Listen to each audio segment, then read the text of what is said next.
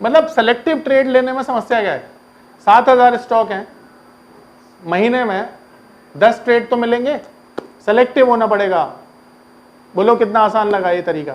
Investment in securities are subject to market risk. Please carry out your due diligence and read all the related documents carefully before investing. Channel को subscribe करना ना भूलें और हमारे ताज़ा video सबसे पहले देखने के लिए बेल आइकन को दबाएं।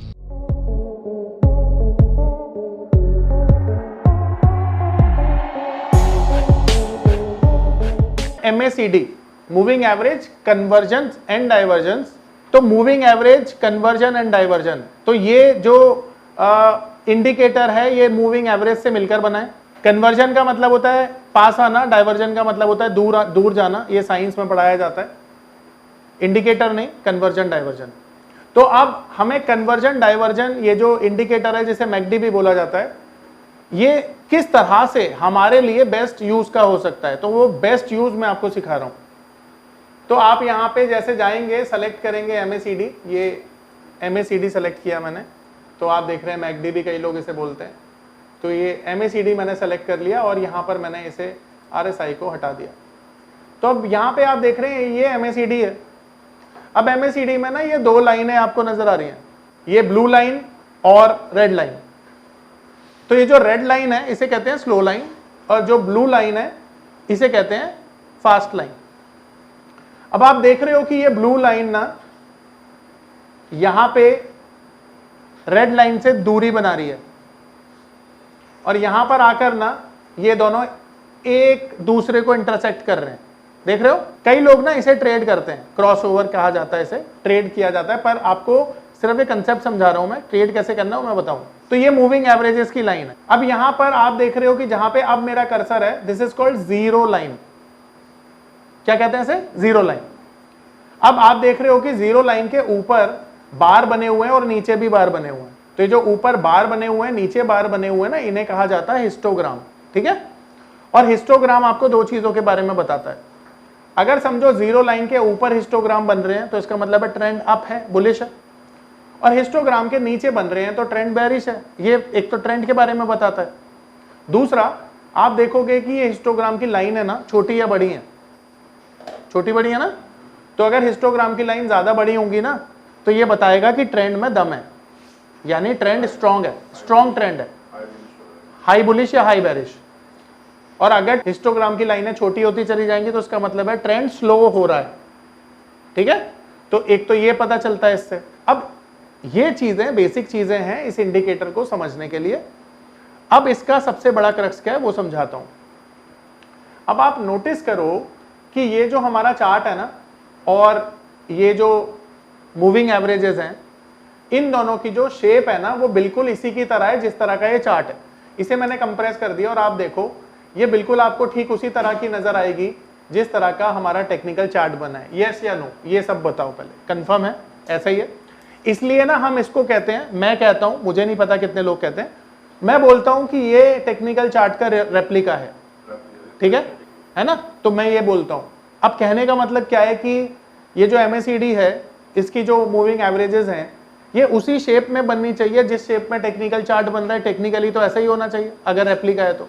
पर यहां पर ना कभी कभी क्या होता है कि MACD हमें सिग्नल देता है कि कुछ गलत होने वाला है टेक्निकल चार्ट पर, और यहां से सबसे पहले पता चलता है। अब आप क्या पढ़ते हैं कि टेक्निकल चार्ट में जब भी प्रीवियस हाई ब्रेक होता है तो स्ट्रांग हो जाता है ट्रेंड। आप बोलते हैं रेजिस्टेंस का ब्रेकआउट आ गया, पर बावजूद उसके कभी कभी मार्केट नीचे आ जाता है जिसे कहते हैं रेजिस्टेंस का फेलियर, और वहां पे एक ट्रेडर गलती करता है, नुकसान हो जाता है उसका। अब वो जो गलती है वो नहीं होगी कब?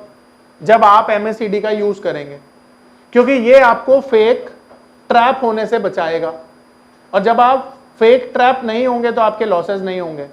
अब ये फेक ट्रैप का यूज कैसे करना है वो सिखा रहा हूं। तो नॉर्मली क्या होता है ना, ध्यान से समझिएगा सब लोग, यहां पर मान लेते हैं कि टेक्निकल चार्ट हायर हाइज बना रहा है, आप देख सकते हैं। तो यहां पर ट्रेंड ऊपर है, अप ट्रेंड कहेंगे इसे। नमस्कार दोस्तों, क्या आप स्टॉक मार्केट में शुरुआत करने का सोच रहे हैं और क्या आपको यह समझ में नहीं आ रहा है कि आपकी शुरुआत कहां से होनी चाहिए, तो मैं आपको एक ऐसा कोर्स सजेस्ट करने जा रहा हूं जो आपकी लाइफ चेंज कर सकता है। और मैं बात कर रहा हूं NIFM का advance level of smart investor course की, जो आपकी लाइफ चेंज कर सकता है। जी हां, आपने सही सुना, NIFM आपके लिए लेके आया है एक ऐसा शानदार कोर्स जो आपको बताएगा कि किस तरह से आप स्टॉक मार्केट में सक्सेसफुली पैसा कमा सकते हैं। और ये कोर्स है advance level of smart investor. Advance level of smart investor course आपको हर छोटी से छोटी और बड़ी से बड़ी मार्केट की बारीकियों के बारे में जानकारी देता है, और ये सभी जानकारियां आपको इस मार्केट में पैसा कमाने में बहुत ज्यादा मददगार साबित होती हैं। तो इस कोर्स को करने के बाद आप मार्केट में सक्सेसफुल ट्रेडर और सक्सेसफुल इन्वेस्टर बन सकते हैं। तो टेक्निकली ये जो MACD है ये भी हायर हाइज बनाना चाहिए, क्योंकि जैसा मैंने बोला ये रेप्लिका है। पर अगर ये MACD कुछ इस तरह से आपको मिले जहां पर ये बता रहा है कि मार्केट नीचे की तरफ जा रहा है, तो इसे टेक्निकल वर्ड में हम कहते हैं डाइवर्जन, नेगेटिव डाइवर्जन। यहां मार्केट ऊपर जा रहा है ना, तो टेक्निकली इसे भी तो ऊपर जाना चाहिए, और ये रेप्लिका भी है। तो जब ये दोनों ऑपोजिट डायरेक्शन में जा रहे हैं तो इसका मतलब है कुछ गड़बड़ है ना, मार्केट में कुछ गड़बड़ है, और इसी गड़बड़ को आप किससे एनालाइज करोगे? MACD से। तो जब मार्केट में हायर हाई लगे या ये जो चार्ट है ये ऊपर जाए और MACD आपको बताए कि मार्केट नीचे जाने वाला है, तो आप MACD को फॉलो करेंगे, टेक्निकल चार्ट को नहीं, क्योंकि MACD आपको ट्रैप से बचाएगा। मेरी बात समझ में आ रही है सबको? अब देखिए कैसे बचाएगा वो सिखाता हूं। यहां पर मुझे जरूरत है, ये देखो, अब ऐसा देखिए कि यहां पे मार्केट ऊपर जा रहा है, तो हम अब आपको पीक से पीक को कंपेयर करना होता है हमेशा। तो यहां पे ये अप ट्रेंड हो गया, पर यहां पर अगर आप देखेंगे तो MACD ने नेगेटिव डाइवर्जन दिखाया है। ये देखिए मार्केट तो नीचे जा रही है, यहां पे मार्केट ऊपर जा रहा है, पर यहां पे डाइवर्जन आ गया नेगेटिव। और देखो ये, और यहां पर क्या है, यहां पर डिस्ट्रीब्यूशन भी हुआ है, और यहां पर पैटर्न भी मिला है सेलिंग का।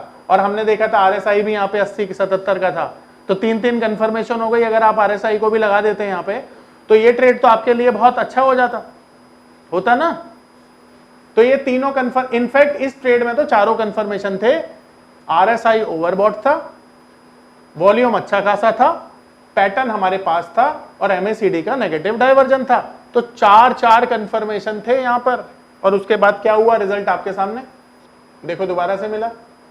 यहां पर देखो ये ऊपर जा रहा था मार्केट, ये देखो ये ऊपर जा रहा है, और यहां पर क्या हुआ, यहां पे मार्केट नीचे जा रहा है ना, ये देखो ये नीचे जा रहा है। आ रहा है समझ में? अब बोलो समझ में आया? इधर देखो, इधर भी हमें डाइवर्जन मिला था अच्छा वाला, ध्यान से समझना। यहाँ पे एक अच्छा केस है, देखो इस हाई से ये वाला हाई बड़ा है ना, देखो स्लाइटली, और ये देखो यहाँ पे डाउन साइड, ये देखो नीचे यहाँ पे नेगेटिव डाइवर्जन है। देख रहे हो कितना क्लासिकल केस है। अगेन यहाँ पर देखो पैटर्न भी मिला, वॉल्यूम भी मिला, और इसका डाइवर्जन भी मिला, और मार्केट नीचे चला गया। देखो ये भी एक आसान तरीका है ट्रैप से बचाने का, ट्रैप से बचने का। ठीक है, तो आई होप यहाँ पे सबको क्लैरिटी मिली होगी कि आपको कैसे ट्रैप से बचना है। अगर कोई डाउट है यहाँ पर तो सवाल पूछो। ये ट्रैप से बचने के लिए यूज करा जाता है इंडिकेटर। इसमें पॉजिटिव डाइवर्जन मैं आपको नहीं सिखाऊंगा, ठीक है, क्योंकि उसमें कंफ्यूजन होगी और चीजें कॉम्प्लेक्स हो जाती हैं, थोड़ी सी समझ में भी नहीं आती हैं। तो जो आसान तरीका है वो ये। बोलो आया समझ में? इससे आसान कोई तरीका नहीं हो सकता। मतलब कितना आसान है भाई, प्रैक्टिस ही तो करनी है। 10 साल के डेटा पे प्रैक्टिस कर लो। अगेन देखो यहाँ पे बना 72, 73 का, 76 का RSI बना, एंड देन बेरिश पैटर्न बना, मार्केट नीचे आ गया। कितना सिंपल है, इससे सिंपल क्या हो सकता है? सिर्फ आपको प्रैक्टिस करनी है। अगेन देखो फिर से 80 का RSI बना, बेरिश पैटर्न बना, मार्केट नीचे। अब एक बात बताओ, आप गलतियां ही नहीं करोगे तो लॉसेस कैसे होंगे? ये डिसिप्लिन बना के काम कर लो। बोलो कितना आसान है। ये देखो अगेन फिर से देखो, ये 74 का RSI हुआ, 74 का बेरिश पैटर्न बना, मार्केट नीचे। आ रहा है समझ में? अगेन देखो 80 का RSI बना, 83 का RSI बना, बेरिश पैटर्न बना, मार्केट नीचे। हर बार तो ऐसा ही हो रहा है। ये देखो 28 का RSI ओवरसोल्ड, बुलिश पैटर्न बना, मार्केट ऊपर। ये पावर ऑफ नंबर थ्योरी इतनी बेहतरीन थ्योरी है कि इसे करने के बाद आप एक अलग अनुभव करेंगे और आपको लगेगा कि शायद इसी चीज की आपको तलाश थी। बहुत सालों की ट्रेडिंग के बाद, इन्वेस्टिंग के बाद आपको शायद ऐसे प्रोडक्ट की जरूरत थी जो मार्केट में आपको वो कॉन्फिडेंस दे पाए, जिस कॉन्फिडेंस के साथ आप रोज पैसा कमा पाए और जितना आप चाहें उतना पैसा कमा पाए। तो हमारी ये जो पावर ऑफ नंबर थ्योरी है, ये आपको आपकी सभी इच्छाओं को पूरा करने के लिए है। और आप देखेंगे कि इस थ्योरी को करने के बाद जो आपका कॉन्फिडेंस है, आपकी जो एक्यूरेसी है, आपकी जो क्षमताएं हैं मार्केट से पैसा कमाने की, वो बहुत ज्यादा बढ़ जाएंगी। और आप देखेंगे कि जो आपने आज से पहले अनुभव नहीं किया था अपनी ट्रेडिंग के दौरान या इन्वेस्टमेंट के दौरान, आप इतना बेहतर अनुभव करेंगे इस कोर्स को करने के बाद। मतलब सेलेक्टिव ट्रेड लेने में समस्या क्या है? 7,000 स्टॉक हैं, महीने में 10 ट्रेड तो मिलेंगे, सेलेक्टिव होना पड़ेगा। बोलो कितना आसान लगा ये तरीका? आसान है ना? इससे आसान क्या है? अब आप सोचो मुझे गुस्सा क्यों आता है, ये भी नहीं कर पा रहे हैं लोग। मार्केट में आपके लिए मार्केट बना ही नहीं है, अगर इतनी आसान चीजें भी आप नहीं कर पाओगे तो। सर एक क्वेश्चन था। बोलिए।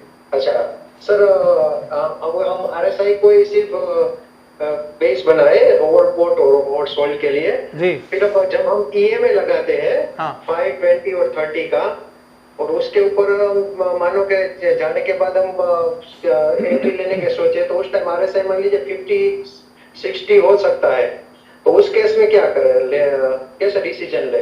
क्या ईएमए को कंसीडर करें या फिर आरएसआई को? बहुत अच्छा सवाल है, इसका जवाब मैं देता हूं आपको।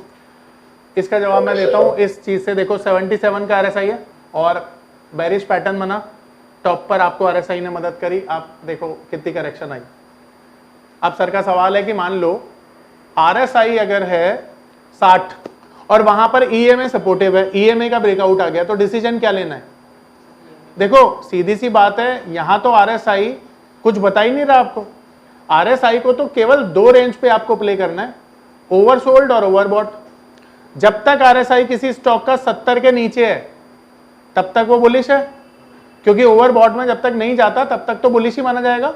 और बेरिश कब माना जाएगा? समझ में आ रहा है? यानी आपको आरएसआई की मदद लेनी है टॉप बॉटम को फाइंड आउट करने के लिए, और ईएमए की मदद लेनी है इंट्राडे में ट्रेंड ब्रेकआउट और ब्रेकडाउन के लिए। आ रहा है समझ में? परफेक्ट। और दोनों का अलग अलग जगह यूज है, एक जगह हो सकता है इन दोनों का यूज ही ना हो एक साथ। ठीक है, ओके। अच्छा सर, तो मान लीजिए कि अगर अपना हमारा ईएमए पोजिशनल में 5, 20 और 30 के ऊपर है ब्रेकआउट, और तो आरएसआई को कंसीडर ही नहीं कर रहा है, ठीक है? नहीं, अगर आरएसआई वहां पे 80 का है तीनों के ब्रेकआउट पे, तो ये ट्रेड अवॉइड करना है ना। हाँ, पर नॉर्मली ऐसा होगा नहीं, ये कंडीशन हम अज्यूम कर रहे हैं, पर ऐसा होता नहीं है, क्योंकि जब ब्रेकआउट आता है तो स्टॉक का आरएसआई भी कूल ऑफ हो जाता है। हाँ, वो सर एक्चुअली सर मैंने बैक टेस्ट किया ना, तो उसमें जनरली आरएसआई 50 और 60 के बीच में रहता है। अब एक और चीज बताता हूं मैं आपको, यहां पे क्या कंफ्यूजन आ सकती है आपको, कि जो ईएमए है ना उसको बैक टेस्ट नहीं किया जा सकता कभी, क्योंकि जितना हम बैक टेस्ट करेंगे उसकी वैल्यू चेंज हो जाएगी, क्योंकि ईएमए तो रोज चेंज हो रहा है, हर पल चेंज हो रहा है। आरएसआई को बैक टेस्ट किया जा सकता है, ईएमए को नहीं किया जा सकता, ये समझ लेना। तो अगर आप ईएमए की पास्ट वैल्यू देख रहे हैं तो वो गलत वैल्यू आएंगी, उनको केवल आपको करंट कैंडल पे ही देखना है, ये समझ लीजिएगा। क्लियर है सर? ये थोड़ा कंफ्यूजन लगा मुझे कि आप कह रहे हो ईएमए को बैक टेस्ट करेंगे तो वैल्यू गलत आएगी। सर ईएमए कैसे निकल रहा है? वो तो एवरेज क्लोजिंग प्राइस है ना, तो जैसे जैसे पीछे की तरफ जाएंगे तो वो तो वैल्यू चेंज होती जाएगी ना। सर मैं कह रहा हूँ अगले दिन ही कम हो जाएगी। अभी मेरी एक्चुअली मैथ्स ना बहुत ज्यादा अच्छी है नहीं, पर ये चीज आप क्यों नहीं समझ पा रहे हैं? तो बेसिक चीज है, देखो ऐसे समझो, ऐसे समझो। नहीं सर, समझे नहीं। जब तक वो चीजें समझ में नहीं आएगी तो फिर कंफ्यूजन रहेगी ना। ऐसे समझो, अगर मैं अब ईएमए कैसे चेंज हो रही है, देखो ऐसे समझो, लॉजिक समझो।